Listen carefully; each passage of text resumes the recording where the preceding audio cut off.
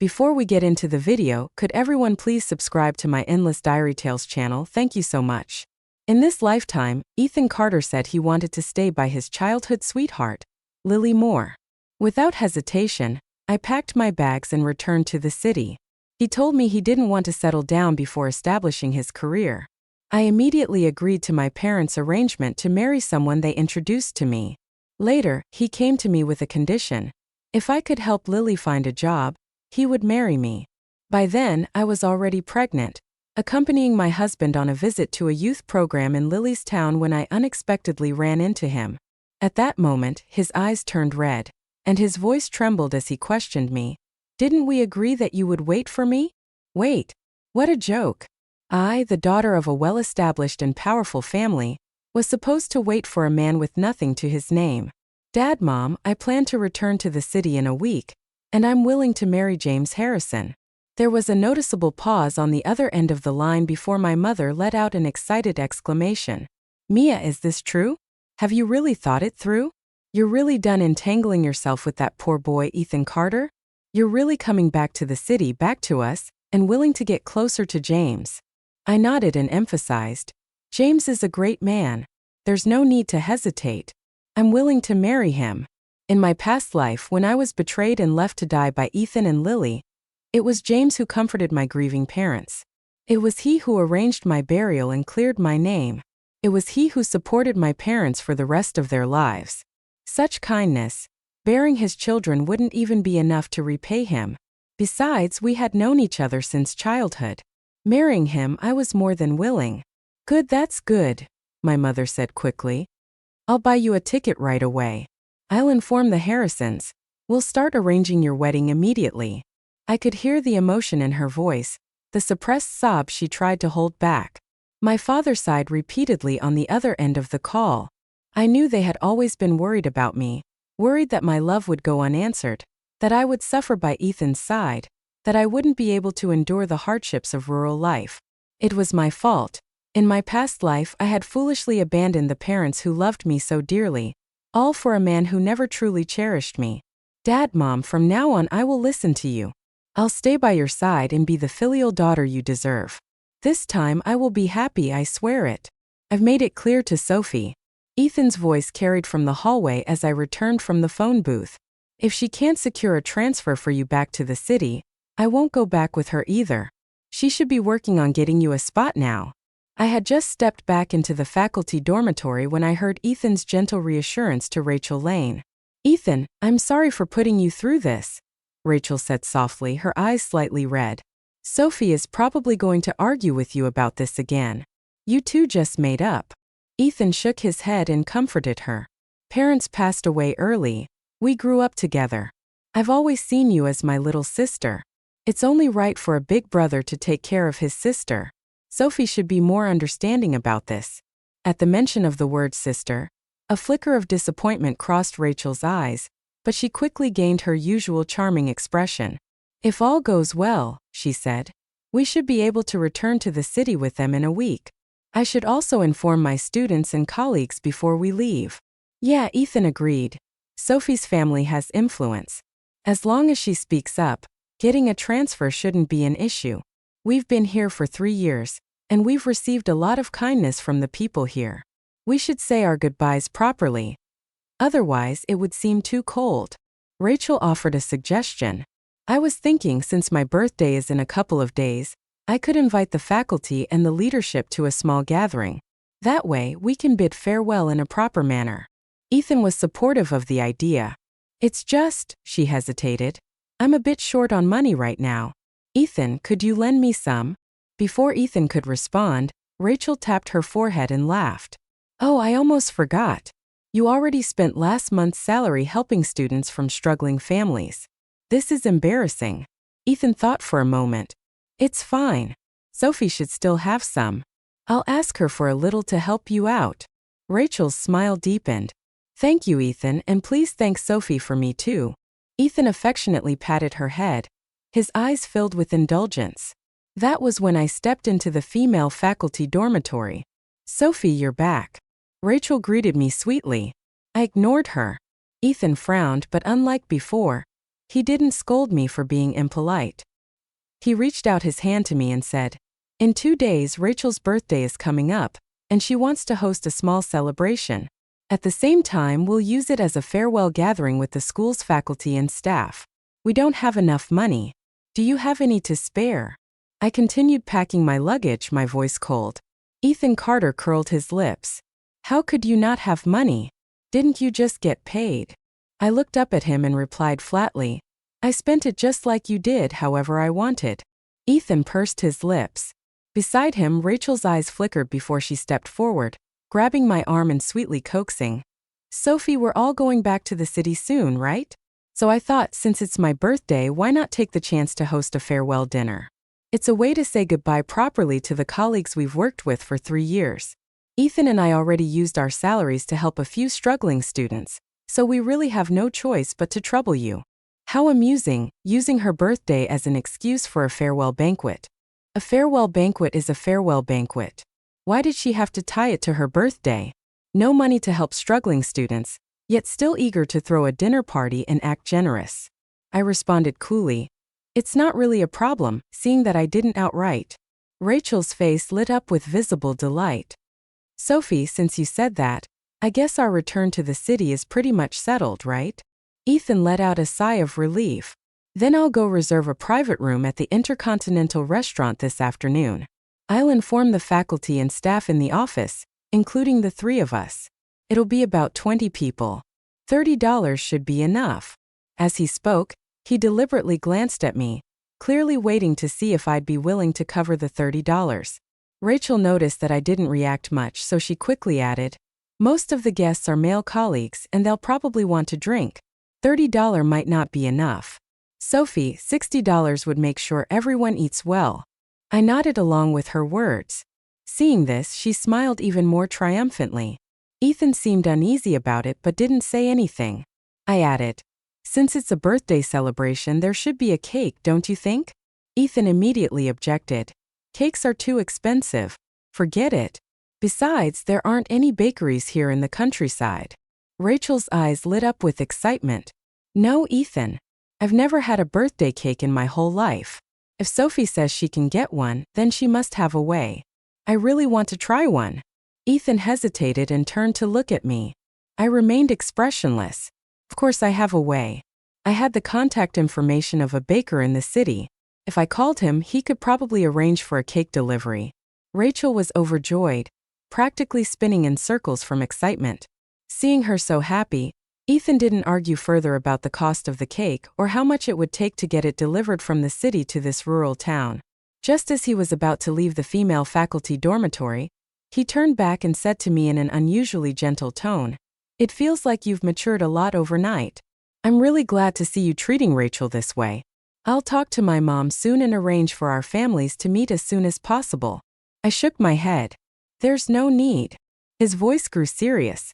"My mom may not think highly of you, but I still hope you can change her opinion. I'll be by your side and we'll work on this together." I almost laughed. Ethan's mother was illiterate, sickly, and disabled. What right did she have to look down on me? He continued, "Also, talk to your parents when they meet my mom. They should try to be humble. That way, both families can sit down and have a proper discussion about our marriage." My parents had been upright revolutionaries their entire lives, never bowing to anyone. Why would they need to lower themselves in front of Ethan Carter's mother? That afternoon, when I arrived at the office, Ethan had already announced the farewell gathering to everyone. The faculty members looked excited about it, and Rachel eagerly urged me to use the school's public telephone booth to call the city bakery. I didn't disappoint her. During the break, I contacted the baker and ordered the largest cake available, enough for 20 people. I instructed them to decorate it as extravagantly as possible, candles and disposable plates, and to write on it, "Happy 23rd birthday, Rachel." I also want one of those little music boxes that plays the happy birthday song. I added to have it delivered to Intercontinental state-owned restaurant on Berry Street, Hongo Town, at 6:30 p.m. Just let the front desk staff know, and someone will come out to pick up the cake.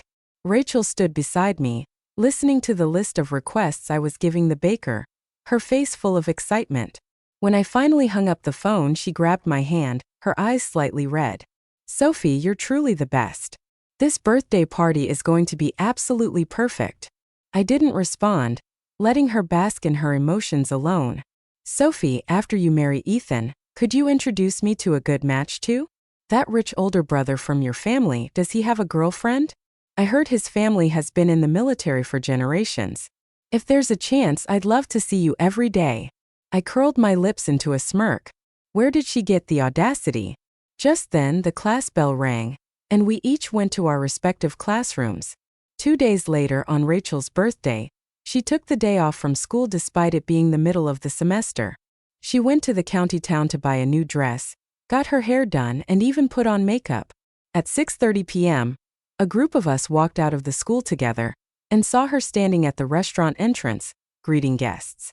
When she saw the faculty leaders, she enthusiastically welcomed them. "You look lovely. Happy birthday." Some thoughtful female colleagues even brought her small gifts. Rachel accepted them with a bright smile, unable to contain her delight. A large group of us filed into the restaurant. Ethan took charge like the host, calling the waitstaff to bring out the dishes. Plates of chicken, duck, and fish were served alongside steamed bowls of soup. The room was lively, filled with laughter and conversation as everyone enjoyed the meal. Rachel and Ethan played the central roles, leading the atmosphere while the others chimed in to keep the energy up. They celebrated Rachel's birthday, while also announcing their impending departure from the school. The small private dining room buzzed with excitement. I sat quietly among them, focusing on my food while waiting for the show to unfold. Sitting beside me, Mr. Xia, one of the teachers, leaned in and muttered, "After all those fights with Ethan, he's still so close to Rachel. Have you given in? Are you planning to spend the rest of your life stuck in this 3-person arrangement?" I shook my head, but he didn't believe me. "This meal must cost at least $100, he continued. "Rachel spends all her money on flashy outfits. She definitely couldn't afford it. Ethan has a sick mother at home. Even if he helps Rachel out occasionally, he wouldn't be able to cover this bill. So after thinking about it, I can only assume it's you. Are you really just letting this slide?" Mr. Xia was older than me. Years ago, he divorced his wife after discovering she had cheated on him. Ever since, he had seen relationships with a sharp and cynical eye. I figured he was saying this because he didn't want me to end up in the same mess he had. I chuckled. "Don't worry, I'm not stupid." Mr. Xiao raised an eyebrow. "You're not stupid. It's already hard enough for you to bring Ethan back to the city, and now you've got Rachel tagging along too. Who knows if your parents have had to go bow and scrape at the relevant offices just to make arrangements for you." I lowered my voice. "That won't happen. I'm not that unfilial. Rachel isn't going to the city, and neither is Ethan." Mr. Xiao was stunned. Just then, the door swung open and a waiter stepped in, who ordered a cake from the city, the baker waiting outside. Rachel instantly lit up. "Me. I'll go get it and share it with everyone." Cake was a rare luxury here. Not many people had ever tasted one. The moment the word cake was mentioned, everyone's eyes gleamed with excitement. "This is amazing. I get to eat cake. I've never even seen a real cake before. What a treat. I should eat a little less and take a piece home for my kid. He's always asking for cake." Even the waiter, who had never seen such a large cake before, chimed in enthusiastically. "This one's huge. No way you won't have enough to go around. There's more than enough for everyone. Even after you've all had your share, you can each take a piece home." "Wow, that's a huge cake. It must have cost a fortune." "Rachel, this is quite the birthday celebration. You really went all out." Rachel beamed with pride and followed the waiter out of the private room. Ethan trailed behind her, probably worried the cake was too big for her to carry alone. "I'll go help," he said. With the two of them gone, the atmosphere in the room settled a bit. Mr. Xiao glanced at me, eyes full of curiosity as if waiting for something interesting to unfold. It wasn't long before Ethan returned. He walked straight to my side and lowered his voice. "Step outside for a second. The baker said the person who ordered the cake needs to sign for it." I remained seated, unmoving. "Didn't Rachel order the cake? She can sign for it." Ethan's expression darkened. "But you were the one who called and placed the order. The baker is still waiting. Don't hold things up. Just come sign for it. I let out a soft chuckle. I made the call, but Rachel was the one who wanted the cake. Wouldn't it be inappropriate for me to sign? Ethan pressed his lips together tightly. Just then Rachel walked back in looking a little pale. Sophie, please come out and sign for it. Let's just get the cake inside so everyone can enjoy it. We finally got everyone together. It'd be a shame to ruin the mood. I sat firmly in my chair and replied steadily. Exactly. Hurry up and bring the cake in so everyone can have some. They've all been waiting. Mr. Shao, being a sharp man, immediately caught on to what was happening. He spoke up bluntly. Rachel, don't tell me you're expecting Sophie to pay for it. Usually, cakes are paid for upon delivery, but wasn't this her birthday? Why should Sophie be the one to foot the bill? Rachel's face instantly fell. I didn't mean to cause this. Ethan stepped in to explain. Sophie, didn't you promise to get Rachel a birthday cake? Now that the cake is here, you're backing out. I feigned surprise. Oh, I promised to buy her a cake, but a cake like that costs at least $200. My monthly salary isn't even $30. How could I afford something so expensive? Mr. Shao raised an eyebrow. Ah, so inviting everyone to cake meant making someone else pay for it? The expressions of the other guests darkened. The delivery man, who had been waiting outside for far too long, finally lost his patience and stepped in. His face was filled with annoyance. So whose cake is this? Is someone paying or not? The total is $231. I drove 2 hours from the city to deliver this. Don't tell me I wasted my time. Rachel's eyes welled up with tears. She grabbed my hand and pleaded. Sophie, we agreed on this. Why are you only saying now that you don't have the money? I sighed, looking helpless. I assumed you had the money. I didn't realize you expected me to pay. I hurriedly reached into my pocket and pulled out all the loose change I had, counting it carefully. I only had $3.65. I turned to the others. How about we all pitch in? Let's collect enough to cover the cake. It's Rachel's birthday after all. She should be able to enjoy it. Before I could finish my sentence, Mr. Shao let out a sarcastic laugh. Who carries that kind of cash around? At most, we might have a few bucks each.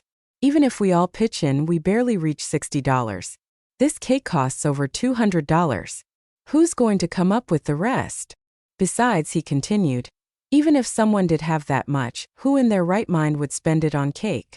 That much money could buy a fridge or a television, way more practical than a cake. The others nodded in agreement. We make $29.90 a month.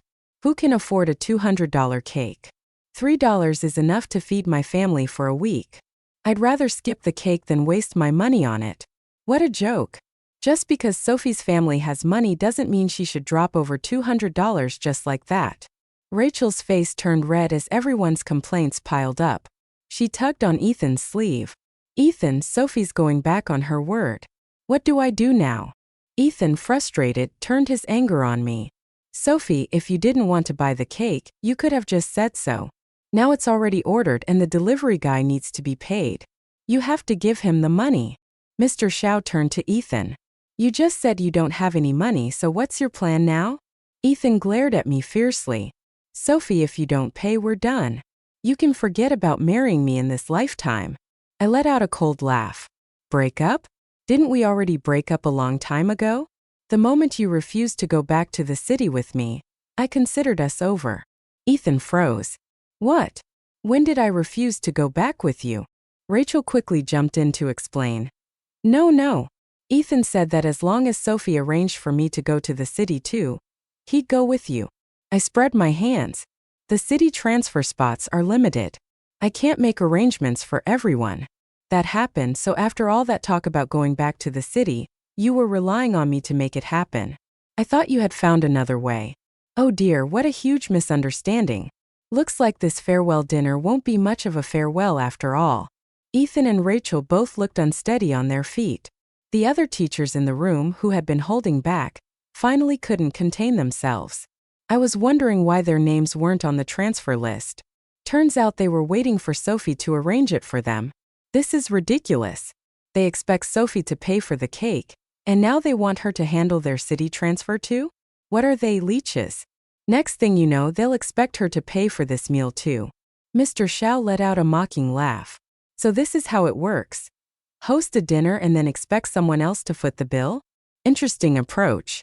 Then he turned to the waiter. Go ahead and calculate the total for the meal. The waiter's expression stiffened, realizing the situation had taken a serious turn. He quickly called over the restaurant owner. The owner punched numbers into the calculator, rounded off the total and announced, food comes to $59, drinks are $67. Altogether, that's $126. Who's paying? Mr. Xiao took out his wallet and placed $3 on the counter. I didn't drink, so I'll cover my share. The owner accepted it and then looked toward the rest of the group. Several female teachers who hadn't touched the alcohol quickly followed suit, each handing over $3. Mr. Xiao also took the $3 I had placed on the table and gave it to the owner. The owner's gaze swept over the remaining people. What about the rest? The male teachers who had been drinking were visibly furious. Their faces turned red as they started cursing. You invite us to dinner, and now we have to pay out of our own pockets? I just spent my own damn money celebrating your birthday. You ungrateful bastard. You're lucky as hell to even be hanging around Sophie, and yet you're still fooling around with Rachel. And you, Rachel, what the hell is wrong with you? Acting all high and mighty when you can't even pay for your own damn cake. One of them slammed his fist on the table. No way in hell am I covering this bill. Let Rachel figure it out. Maybe she can work it off in the kitchen. The insults flew one after another. The female teachers and I quickly left the private dining room. Ethan, unable to bear the humiliation, finally lost his temper and threw a punch. Chaos erupted as the restaurant staff rushed in to break up the fight. In the midst of the commotion, Rachel managed to slip out unnoticed, but the cake delivery man was still there, and he wasn't letting her go. He grabbed her arm demanding payment. Rachel stammered. I haven't even touched the cake. You can take it back. I don't have any money. The delivery man, enraged, grabbed a plate of unfinished food and hurled it at her. No money and you're ordering cake? Are you insane? Rachel stared in horror at her brand new dress, now stained with food. She completely broke down sobbing, it's ruined, it's all ruined. The chaos in the restaurant eventually drew the attention of the local patrol officers. They barged in and took everyone to the station. After questioning everyone, the police ruled that Ethan was responsible for compensating the restaurant $200 for damages. Rachel and the male teachers who had been drinking had to split the $100 food and alcohol tab. As for the cake, since Rachel had placed the order but I had made the call, the police deemed I was partially responsible. I ended up handing the delivery man over $100 and took half the cake with me that night. The families of the other male teachers arrived to pay their fines and bail them out, but for Ethan and Rachel, no one came for them. When I left the station, they were still inside writing their statements. Not only had Rachel's night gone completely sideways, but Ethan was going down with her. Well, Rachel really set herself up for this one. She even invited the school leaders. Looks like she hit a brick wall this time. They're not just going to be locked up for a few days over a few $100, someone added. Even if they get out, their jobs are as good as gone. Mr. Xiao and the other female teachers casually chatted as they enjoyed their slices of cake. After leaving the police station, I invited them to a small tea house nearby to share the cake since it was their first time eating cake. Even after all the chaos, they were still in a good mood. This must have felt satisfying for you, huh? One of them asked. Make sure you don't look back. Exactly, a man like Ethan Carter will never make a good husband, another chimed in. Go home and let your parents set you up with someone decent. There must be plenty of outstanding young men just waiting for you to pick from. By then, Ethan will regret losing someone as reliable as you. I chuckled. Who knows, maybe this is a relief for him too. Now he can openly be with Rachel. Mr. Xiao shook his head. Do you know why they call her our fat Rachel? I shrugged. No idea. He explained. It's not about her weight. It's because her family has been waiting in fear. Her parents desperately wanted a son. Their favoritism toward boys runs deep. Even if Ethan and Rachel have feelings for each other, do you think her parents would ever agree to let their daughter marry a broke man like Ethan? They're waiting for Rachel to marry into a wealthy family, so their whole household can rise in status. Another teacher agreed. Those two may seem close, But deep down, neither of them is willing to give up their future. Ethan won't truly want Rachel, and Rachel looks down on Ethan. Trust me, they'll probably end up tangled in this ambiguous mess for the rest of their lives. Leaving Ethan and Rachel behind, we talked about all the funny and memorable moments from the past few years over tea and cake. Nostalgia filled the air. After all, I was leaving soon and I likely wouldn't have a reason to return. Despite everything with Ethan and Rachel, my other colleagues had treated me well, especially the female teachers. 3 days later, I boarded the bus back to the city, holding on to the farewell gifts from my colleagues. There was a hand-knitted scarf, locally made sweets, and even a box full of folded paper stars for my students. I planned to keep them all. They were a part of my memories, the happiness, the struggles, the pain. It was all a part of my youth. As the bus pulled away, I waved to my colleagues one last time. It was a touching moment, that is, until Ethan appeared. Not only did he show up, but he actually ran after the bus, chasing it down several streets. He kept shouting my name, yelling for the bus to stop. But this wasn't his bus. What right did he have to demand it to wait for him? Eventually, the bus sped up, leaving him behind. I watched as he fell further and further back until he finally couldn't keep up. He threw his head back and let out a desperate roar. Through the window, through the wind and the noise of the city, I thought I could faintly make out his words. You understand me. But what was I supposed to wait for? If I was waiting for anything, I was probably just waiting for him to disappear from my life entirely. When I arrived at the station, the first thing I saw from a distance was a military vehicle parked nearby. Standing beside it was James Harrison, dressed in his perfectly pressed uniform. He looked upright and imposing, a figure that naturally stood out from the crowd. As I passed by, people of all ages, men, women, young and old, couldn't help but steal glances at him. In the past, my heart had been so completely occupied by Ethan that I had overlooked the person who had always been by my side, the childhood friend who had watched over me all these years. Compared to Ethan's family background, James was leagues ahead. Compared to Ethan's appearance, James was far superior. Compared to Ethan's character, James was even more incomparable. So why in the past had I been so blind? I let out a quiet self-mocking laugh. James had already reached for my luggage, taking it from my hands with ease. Sophie, he said with a warm smile, have you been waiting long? I had already arranged for time off, but something came up last minute and delayed me. I hope you're not mad. I shook my head. Not at all. I just stepped out of the station and saw you. You're right on time. Hearing that, he smiled, his cheeks slightly flushed. He actually looked a little shy. Your parents told me you were coming back to marry me, James said. First, I didn't believe it. Even when my parents and I brought the betrothal gifts to your house, I still couldn't be sure. I was afraid you were just acting out of anger. His expression turned serious as he looked at me. Sophie, if marrying me makes you uncomfortable, I won't hold it against you. As long as you're happy, that's all that matters. I tilted my head up, catching the glimmer of unshed tears in his eyes. He had always been so considerate, always thinking about me in every way possible. Do you think you can't make me happy? No, of course.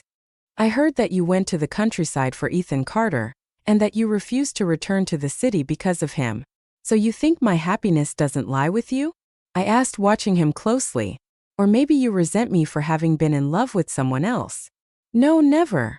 He blurted out, suddenly flustered. For a moment, his words got tangled on his tongue. It reminded me of my past life when I had been framed by Rachel and accused of impropriety. When I was locked away and humiliated, James had traveled miles to testify for me to clear my name. I took a deep breath and wrapped my arms around his solid waist. James, I said softly, if you don't like me, we can call off the engagement.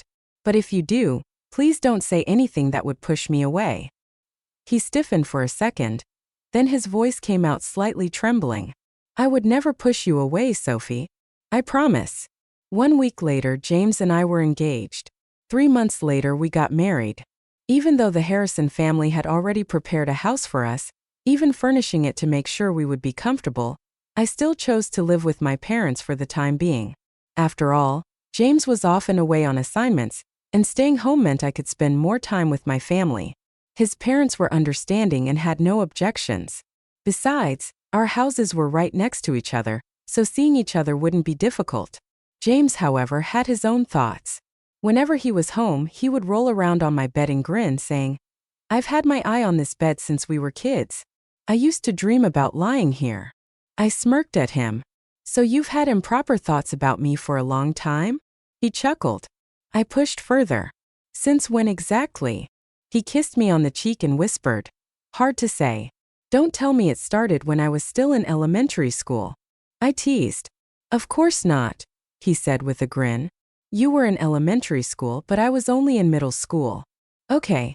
Back then I just thought my little neighbor was adorable, and that I wanted to protect her." I raised an eyebrow. "And that feeling lasted until you grew up?" He nodded. "Probably around my first year of high school. A girl confessed to me, and when she asked what kind of girl I liked, the first person that came to mind was you." My cheeks heated up and I smacked him with a pillow. "You were in high school. I was still in middle school." He laughed. "Middle school isn't that young." For a moment, his expression turned serious. "There was a time when I really regretted not protecting you better. But I'm grateful that you came back." He pulled me into his embrace, his breath warming against my ear. Our breaths intertwined, blurring the space between us. A month after James left for a mission, I found out I was pregnant. When he got the news, he was so desperate to see me that he nearly wanted to hijack a plane to fly back. I reassured him, telling him to focus on his work. There were plenty of people taking care of me and he didn't need to worry. But still he cried like a child. "I'm sorry," he said. "I'm so sorry I can't be by your side while you're pregnant. And I might not even make it back when you give birth. The thought of you suffering through the pain alone, losing sleep because of this child, and me not being able to do anything makes me feel useless. I promise I'll be more careful in the future. I'll make sure you never have to suffer again." Later, his parents told me that James had always been someone who thought too much. He believed that because of his career, he didn't deserve to have love. It was only after I rejected him the first time that he enlisted in the military, and later when I changed my mind. For a long time James struggled with his feelings. He knew all too well what his career would mean for his partner. The loneliness, the waiting, the constant worry. But at the same time, he couldn't bear to let me go. At one point he even felt he was being selfish. Hearing this shook me to my core. I couldn't calm myself for a long time as my thoughts drifted to my husband, the father of my child. My emotions shifted in ways I couldn't quite describe. I wrote him letters and called him whenever I had the chance. I wanted him to know that no matter where he was, I was standing firmly behind him. I wanted him to know that he had taken root in my heart deeply and permanently. More than anything, I wanted him to know to protect himself, to cherish his life, because I would always be here waiting for him to come home. 9 months into my pregnancy, my belly was already quite large. But when I heard James's current station was only 3 hours away in Hongo Town, I couldn't hold back. I immediately got on a bus to visit him. The 3-hour journey was exhausting, but more than anything I was excited. He stood at the entrance of Hongo Town straight like a pine tree. Even in the freezing winds of midwinter, he didn't shrink back in the slightest. As soon as I got off the bus, his eyes turned red. When he spoke, his voice was choked with emotion. "Are you tired? Did you get car sick?" I shook my head, and for some reason tears suddenly streamed down my face. I was so happy, so why was I crying? He immediately draped his coat over me and hurried me into the military vehicle, shielding me from the cold as we headed toward the base. It was only a 10-minute ride, yet by the time we arrived, his tears had already soaked through his collar. "The last time I saw you, your belly was still flat," he murmured, his voice thick with emotion. "And now it's already this big. My love, you've suffered so much." Seeing him act like a child made me laugh through my tears, but being cared for by him like this was warm and reassuring. That afternoon, James told me he had to visit a school in Hongo Town. Supplies had arrived, and they needed to be escorted to the young teachers working in the countryside. He asked if I wanted to come along.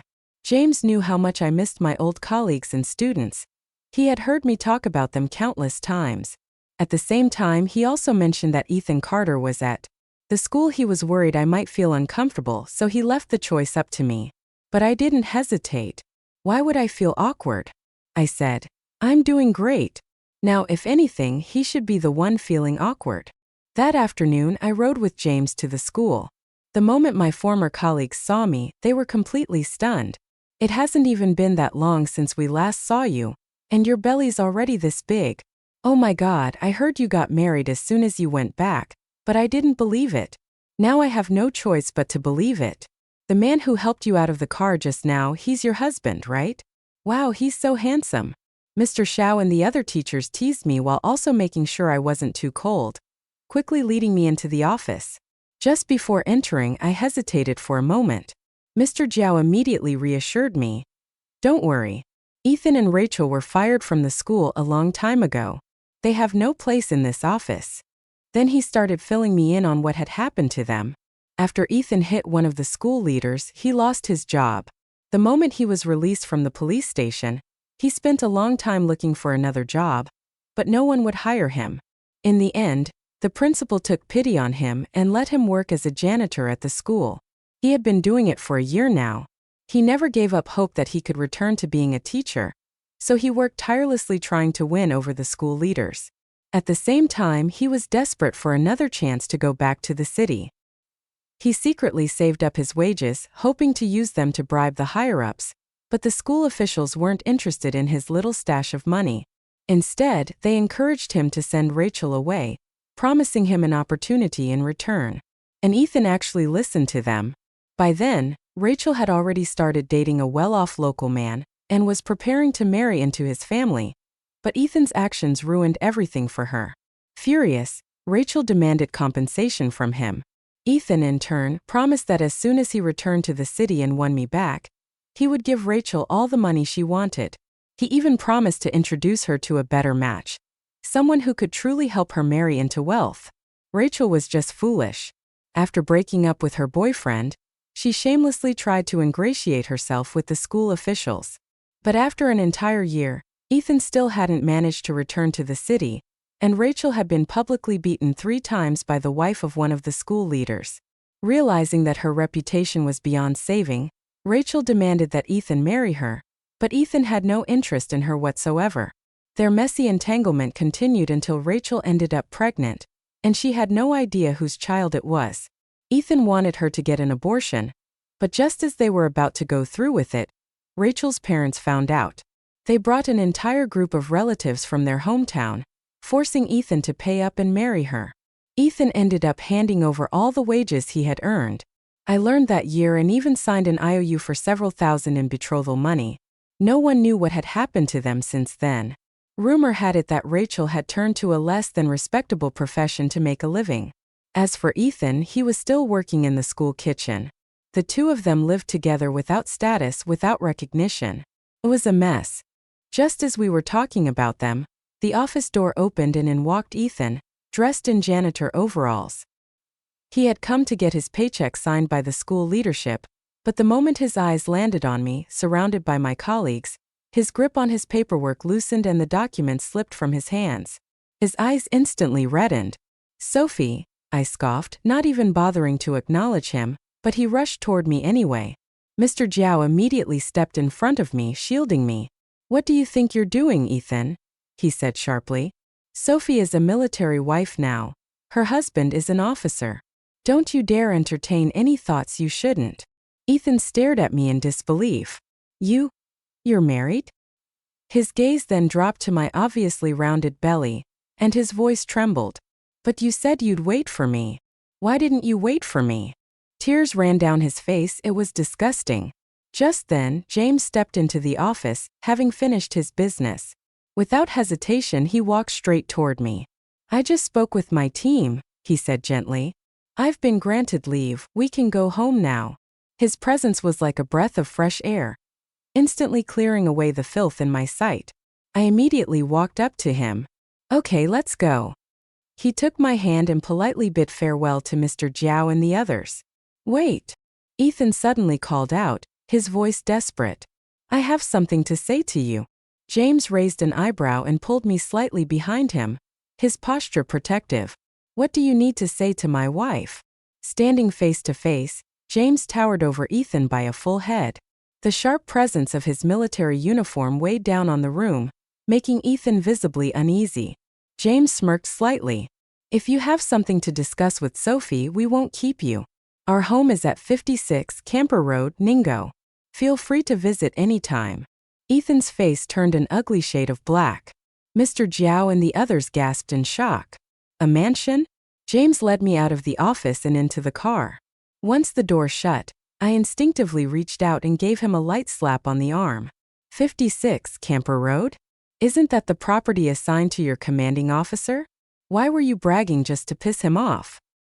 He raised an eyebrow and casually lifted his shoulder, revealing his new insignia.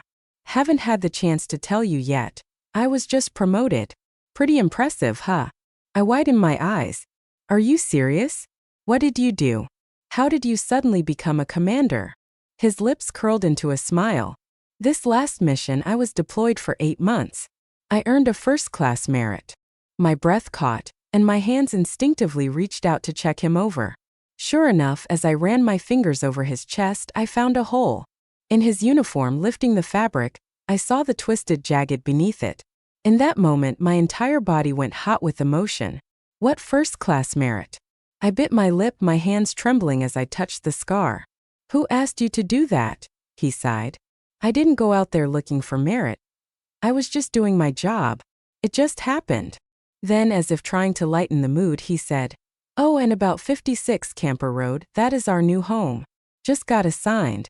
If you want to move in, we can. If you don't, it's fine too." I turned my head away, blinking rapidly to stop my tears, but before I could say anything, he cupped my face and wiped away a tear with his thumb. "Hey, don't cry. I'm sorry," he said quickly. "Just now I was too focused on showing off in front of that idiot and didn't think about how you'd feel." His voice softened. "Don't cry, baby. I'm here now, and the little one is still in your belly." I sobbed so hard I could barely breathe. What if you had died? Would I have become a widow? No, that would never have happened, James reassured me quickly. When I got shot, all I could think about was you. The moment I thought of you, I knew I had to stay alive. Before he could finish his sentence, a sharp pain suddenly seized my belly. My breath caught. The tears were forgotten. "James!" I gasped, panic rising. "Hospital! We need to get to the hospital." Going into labor, James's expression shifted instantly. Without hesitation, he shouted at the driver to head to the hospital, and just like that, it was his turn to start crying. After 5 grueling hours, our daughter was born, both mother and child safe and sound. As James cradled our newborn girl and showered her with kisses, the driver, who had rushed us to the hospital, took the opportunity to grumble to both sets of parents. "You have no idea," he said dramatically. First, it was the madam crying. Her sobs practically rattled my soul. Then it was the deputy commander's turn, and let me tell you, his wailing nearly made my heart stop. I've never been so terrified driving a car in my life because of our baby's birth. James was granted a slightly longer leave, but with his responsibilities piling up, he inevitably had to return to duty. As his wife, I understood. I could only support him from behind the scenes. As time passed and our child grew day by day, many of the young people who had been sent to the countryside finally returned to the city. The moment Mr. Xiao came back, he immediately sought me out. During our reunion, we reminisced about old times, and naturally the topic of Ethan Carter and Rachel came up. Apparently, the two had eventually gotten married and registered their marriage, but their life was miserable. They argued every day. Then one day, over $2, Ethan snapped and stabbed Rachel to death. Because the crime was so heinous, Ethan was arrested and sentenced to execution. Mr. Xiao sighed. "See, you made the right choice. You got married early, had a beautiful child, your in-laws treat you well, your parents are happy, and your husband is an amazing man. Every time we talk about you, we're all so envious." I laughed. "It's been so long. Should I introduce you to someone?" Mr. Xiao waved a hand, scoffing. No. Marriage is just a game of probability. I wasn't as lucky as you." After our chat, I asked the driver who had been assisting James to give Mr. Xiao a ride home. Somehow, over time, Mr. Xiao and that very same driver kept in touch. Not long after, he remarried, even though he had always been resistant to the idea of a second marriage. Fate has a funny way of working. When the right person comes along, nothing can stop it. And that's a good thing because in the end, everyone deserves happiness.